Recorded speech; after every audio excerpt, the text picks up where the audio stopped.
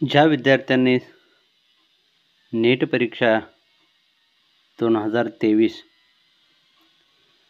7 डिसेंबर 2023 ते 12 डिसेंबर 2023च्या दरम्यान दिली होती, अशा विद्यार्थ्यांसाठी एक महत्त्वाची बातमी म्हणजे पहिली आन्सर की जी आहे, विशेषतः ज्या विद्यार्थ्यांना चॅलेंज करायचे आहे उत्तराच्या संदर्भात, अशा विद्यार्थ्यांसाठी अतिशय महत्त्वपूर्ण हा व्हिडिओ आहे. विद्यार्थी मित्रांनो, या चॅनलवर आपण प्रथमच असाल तर हे चॅनल आपण सबस्क्राईब करावं, तसेच आपल्या मित्रांना हे शेअर करावं. ज्या विद्यार्थ्यांना शेटनेट ऑनलाईन क्लासेस करायचे असतील अशा विद्यार्थ्यांनी दिनांक 10 जानेवारी 2024 या कालावधीत आपले नवीन क्लासेस दुसरी जी काही बॅच आहे ती सुरुवात होत आहे. ज्या विद्यार्थ्यांना हे क्लासेस करायचे आहेत अशा विद्यार्थ्यांनी 9503281928 किंवा 8668381022 या नंबरवर कॉल करावा. विद्यार्थी मित्रांनो, आपण पहिल्या काही 25 प्रश्नांची जी काही उत्तर आहेत, विशेषतः मराठी या विषयाची, ती आपण या ठिकाणी पाहणार आहोत. ज्या विद्यार्थ्यांचा हा प्रश्न, आता इथं तुमची उत्तरं पाहत असताना ज्यावेळेस तुम्ही प्रश्न आहे तो प्रश्न पाहून घ्या. त्याचं कारण असं, प्रश्नाच्या माध्यमातूनच आपल्याला उत्तराचा जो काही क्रमांक आहे तो बरोबर की चूक हे या ठिकाणी कळणार आहे. संभाषण करताना एकच व्यक्ती सहजपणे 2 किंवा अधिक भाषांचा उपयोग करून बोलते, याला भाषा मिश्रण असे म्हणतात. या संज्ञेला इंग्रजीत कोणकोणत्या नावाने संबोधले जातं? तर यामध्ये हा जो काही प्रश्न आहे 716 नंबरचा, याचं उत्तर आहे ते म्हणजे पर्याय क्रमांक 3, ज्याच्यामध्ये आपल्याला केवळ ए आणि ई हे उत्तर या ठिकाणी आपल्याला बरोबर असल्याचं सांगता येईल. त्याचं जे उत्तर आहे ते म्हणजे कोड मिक्सिंग आणि दुसरं जे आहे ते म्हणजे कोड स्विचिंग, अशा पद्धतीने इथं घेता येईल.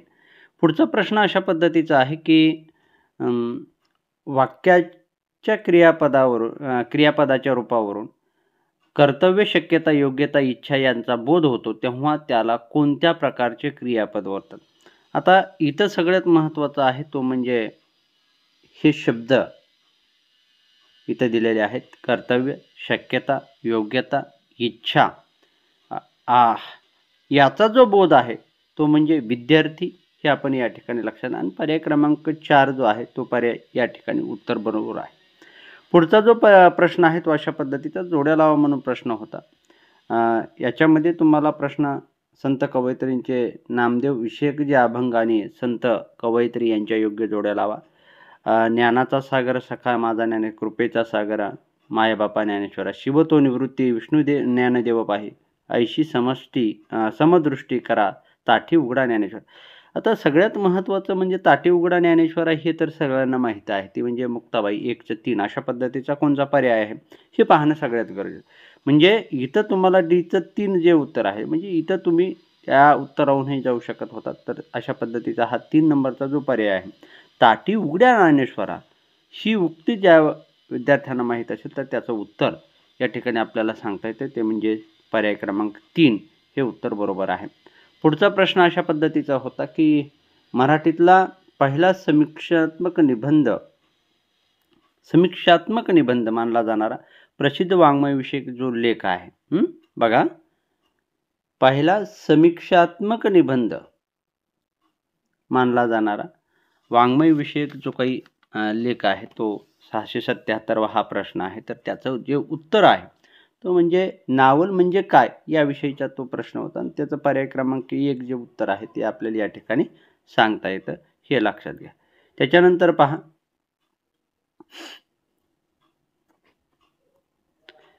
काही समीक्षात्मक ग्रंथ आणि त्यांचे ग्रंथकार यांच्या जोड्या लावा म्हणून हा प्रश्न होता. तर याच्यामध्ये आपल्याला हा जो काही काव्यशास्त्र, साहित्यशास्त्र आहे, हे आपल्याकडून जाणारे प्रश्न आहे. भारतीय साहित्यशास्त्र हे गत्रे माडगुळकरांचं आपल्याला माहिती आहे. तर इथं जो काही प्रश्नाचं उत्तर आहे ते हे पाहत असताना आपल्याला कमीत कमी एक जो आहे तर हे माहीत असणं गरजेचं आहे. आणि म्हणून अशा पद्धतीचा जो पर्याय क्रमांक आहे तर इथं लक्षात घेत असताना पर्याय क्रमांक 3 जर तुम्ही पाहिला तर तुमच्या हे लक्षात येऊन जाईल. एकचा आयवी म्हणजे या ठिकाणी आपल्याला काव्यशास्त्र स. रा. गाडगीळ, साहित्य विचार अ. कुलकर्णी, अभिनव काव्य प्रकाश राशी जोगांचा आहे आणि डी आहे ते म्हणजे गत्रे माडगुळकरांचं. इथूनही तुम्ही अशा पद्धतीच्या प्रश्नाची उत्तरं, अतिशय सोप्या पद्धतीचे प्रश्न यावेळेस परीक्षेमध्ये विचारले गेले होते. इथं पहा, पुन्हा पुढचा प्रश्न अशा पद्धतीचा होता की भरतमुनी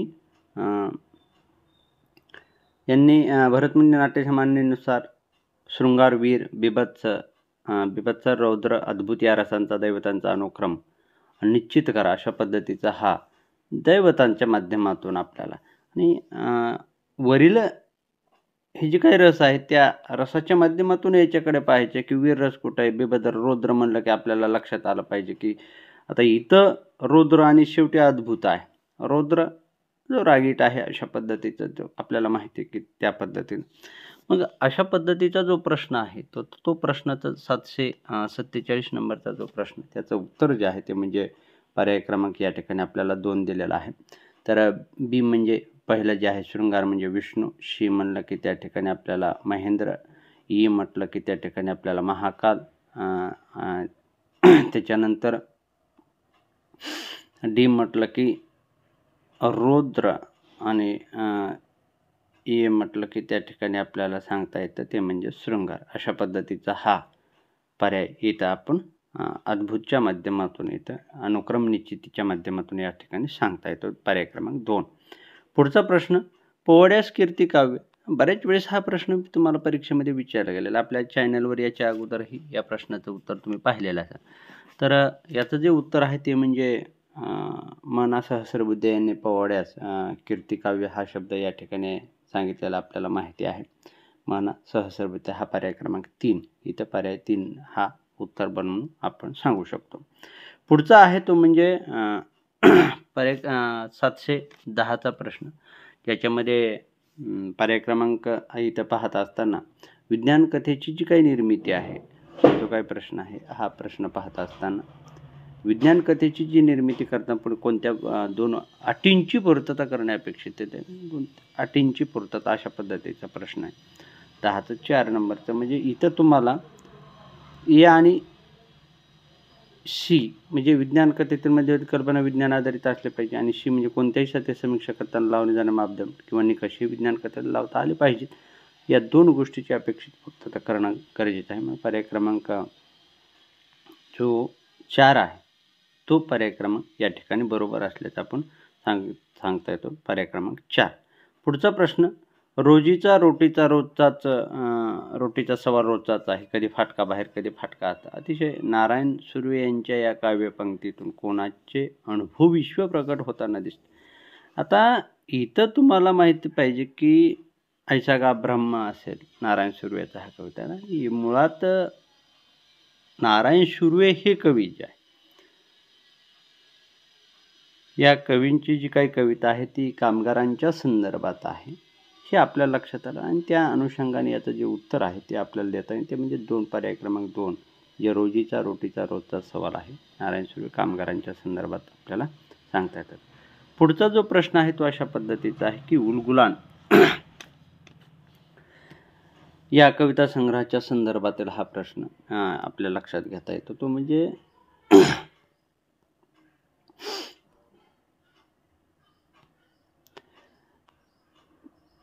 योग्य ठरतात. तर ते एक म्हणजे इथं आपल्याला प्रश्न जो आहे तो म्हणजे 723वा हा प्रश्न.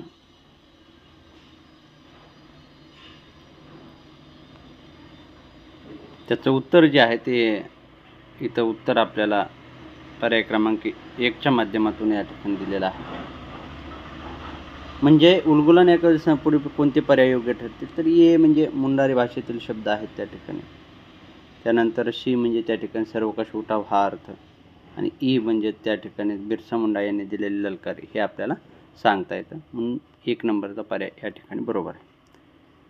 पुढचा प्रश्न अशा पद्धतीचा आहे की 687वा प्रश्न हा पहा, कथा बोलो हे मधुर सुधा धारा होई शृंगारा करून धारा या ओळी कोणाच्या आहेत, अशा पद्धतीचा हा प्रश्न. तर या काही ओळी आहेत तर या रघुनाथ पंडित यांच्या ओळी असल्याचं आपल्याला सांगता येतं. पर्याय क्रमांक 4 जो आहे तो पर्याय क्रमांक इथं आपल्याला बरोबर म्हणून लक्षात घेता येतो. बघा पुढचा प्रश्न, राघ जाधव यांच्या 2 ग्रंथांची नावे काय दिलेले आहे हे निवडायचे आहेत. आपल्याला राघ जाधवांचे सगळ्यात महत्त्वाचं ग्रंथ माहिती असणं गरजेचं आहे. एक म्हणजे एक तर त्यांना वाङ्मयीन प्रवृत्ती, तुम्हाला जर माहिती असेल तर वाङ्मयीन प्रवृत्ती या ग्रंथ लिहिलेला आहे. आणि दुसरं म्हणजे कविता आणि रसिकता, हाही ग्रंथ अतिशय महत्त्वपूर्ण. दोन्ही ग्रंथ त्या ठिकाणी आपण वाचणं गरजेचं आहे. एकदा वाचून घ्या, अतिशय महत्त्वपूर्ण अशा समीक्षेच्या अनुषंगाने. आणि म्हणून ए आणि ईचा पर्याय जो आहे तो म्हणजे पर्याय क्रमांक 2. इथं पर्याय क्रमांक आपल्याला ऑप्शन 2 नंबर निवडता येईल. त्याच्यानंतर पहा, गल्ली बदललेला मोर्चा या काव्यसंग्रहाचे कवी जे आहेत ते दो-तोंडे आहेत. 675 हा प्रश्न, हा जो काय प्रश्न आहे तो गल्ली बदललेला मोर्चा हा कविता संग्रह म्हणजे दो-तोंडेचा आहे. पर्याय क्रमांक 1 म्हणून आपल्या लक्षात घेता येतो. पुढचा प्रश्न, सह्याद्रीच्या पायथ्याशी, याच्यावरही बऱ्याच वेळेस प्रश्न पडलेला आहे. सह्याद्रीच्या पायथ्याशी 680 हा प्रश्न वि स सुकटणकरांच्या माध्यमातून बऱ्याच वेळेस विचारला गेला. सह्याद्रीच्या पायथ्याशी वि स सुकटणकर, लक्षात ठेवा 680. त्याच्यानंतर पुढचा प्रश्न, 774 हा प्रश्न आहे. बघा इथं दिलेलं होतं की पुढील पंक्तीच्या गवळण, विरहिणी, भारूड, अभंग, लावणी याप्रमाणे योग्य क्रम. म्हणजे गवळण कोणची आहे, विरहिणी कोणची आहे, भारूड कोणचं आहे, अभंग आणि लावणी, अशा अतिशय साध्या आणि सोप्या पद्धतीचा हा प्रश्न विचारला. तर याच्यामध्ये बी म्हणजे वारी याने कुंडल हले, डोळे मोडीत राधे गवळण आहे. डी म्हणजे त्या ठिकाणी पुन्हा चंदनाची चोळी माझे सर्व अंग विरहिणी आहे. त्याच्यानंतर ई म्हणलं की तुम्हाला मायांच्या बापाला भारुडाच्या माध्यमातून, अशा पद्धतीचा जो 2 नंबरचा जो प्रश्न आहे, पर्याय आहे, तो पर्याय या ठिकाणी आपल्याला बरोबर म्हणून सांगता येतो. तो बी डी ई ए सी या माध्यमातून लक्षात घेता येतो, हे लक्षात घ्या. त्याच्यानंतर पुढचा प्रश्न बघा, 674 हा प्रश्न आहे. तर याच्यामधला लोकसाहित्याच्या अभ्यासासाठी कार्यान्वयी संप्रदाय, या संप्रदायाचा कार्यान्वयी संप्रदाय लक्षात ठेवा. 674 कार्यान्वयी संप्रदाय हे लक्षात ठेवण्यासारखे बरेच वेळेस प्रश्न येतात त्यातून. तर याच्यामध्ये मॉलिन्स्क हा जो काही पर्याय आहे हा पर्याय बरोबर आहे. म्हणजे पर्याय क्रमांक 2 हे उत्तर आपण या ठिकाणी सांगू शकतो. पुढचा प्रश्न अशा पद्धतीचा आहे की 751 हा प्रश्न आहे. पुढील 2 विधान दिले आहेत. यामधील विधान स्पष्टीकरण आरमध्ये कोणत्याही साहित्याला इतिहास, त्या साहित्यातील एखाद्या दुसऱ्या पैलूला प्राधान्य देऊन लिहिणे शक्य असते, पण तो इतिहास संपूर्ण साहित्याचा इतिहास ठरणार नाही. आणि दुसरा जो आहे तो म्हणजे त्याचं उत्तर आरच्या माध्यमातून की साहित्यातील राष्ट्रवाद, मराठी साहित्यात गांधीवाद, मराठी साहित्यात प्रवास होणं ही त्याची उदाहरणे ठरतात. तर याच्यामध्ये या आणि आर बरोबर असून आर हे याचे स्पष्टीकरण आहे, हे आपल्याला या ठिकाणी लक्षात येत. पर्याय क्रमांक 1 जो आहे तो पर्याय बरोबर असल्याचं आपण सांगू शकतो.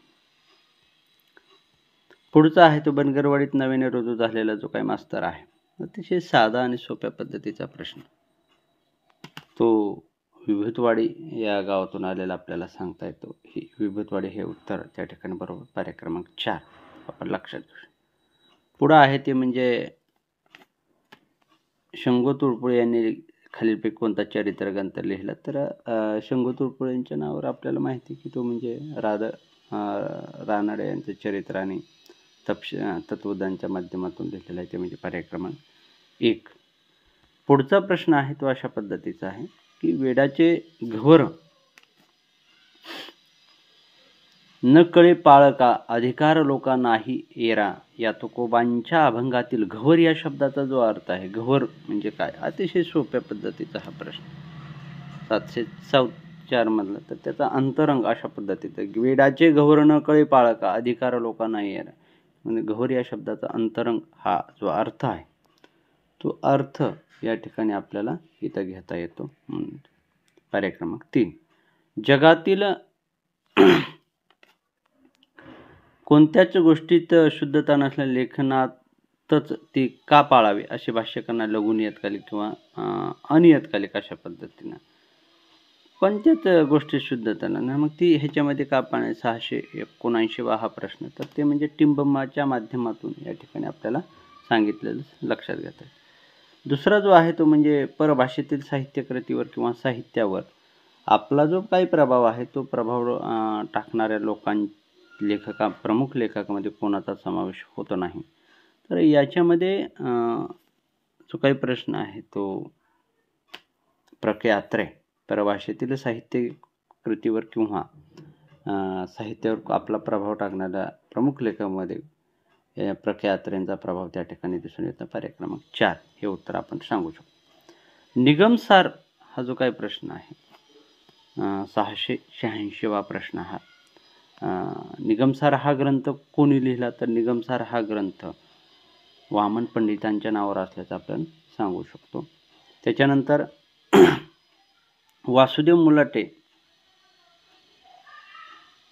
यांच्या मते दमा मिराजदार यांच्या पुढीलपैकी कोणत्या कथा चांगल्या आणि गंभीर आहेत? तर हा जो काही प्रश्न आहे 722 त्याचं उत्तर जे आहे ते म्हणजे एक तर बी आहे रानमाणूस, त्याच्यानंतर डी आहे ती म्हणजे भावकी, आणि त्याच्यानंतर ई आहे ती म्हणजे सोन्याबामण. अशा पद्धतीने दमा मिराजदारांच्या रानमाणूस, भावकी आणि सोन्याबामण अशा पद्धतीचा हा जो काय प्रश्न आहे तो म्हणजे 3 पर्याय क्रमांक इथं उत्तर बरोबर आहे. खालीलपैकी संत तुकारामांचा कोणता अभंग जो आहे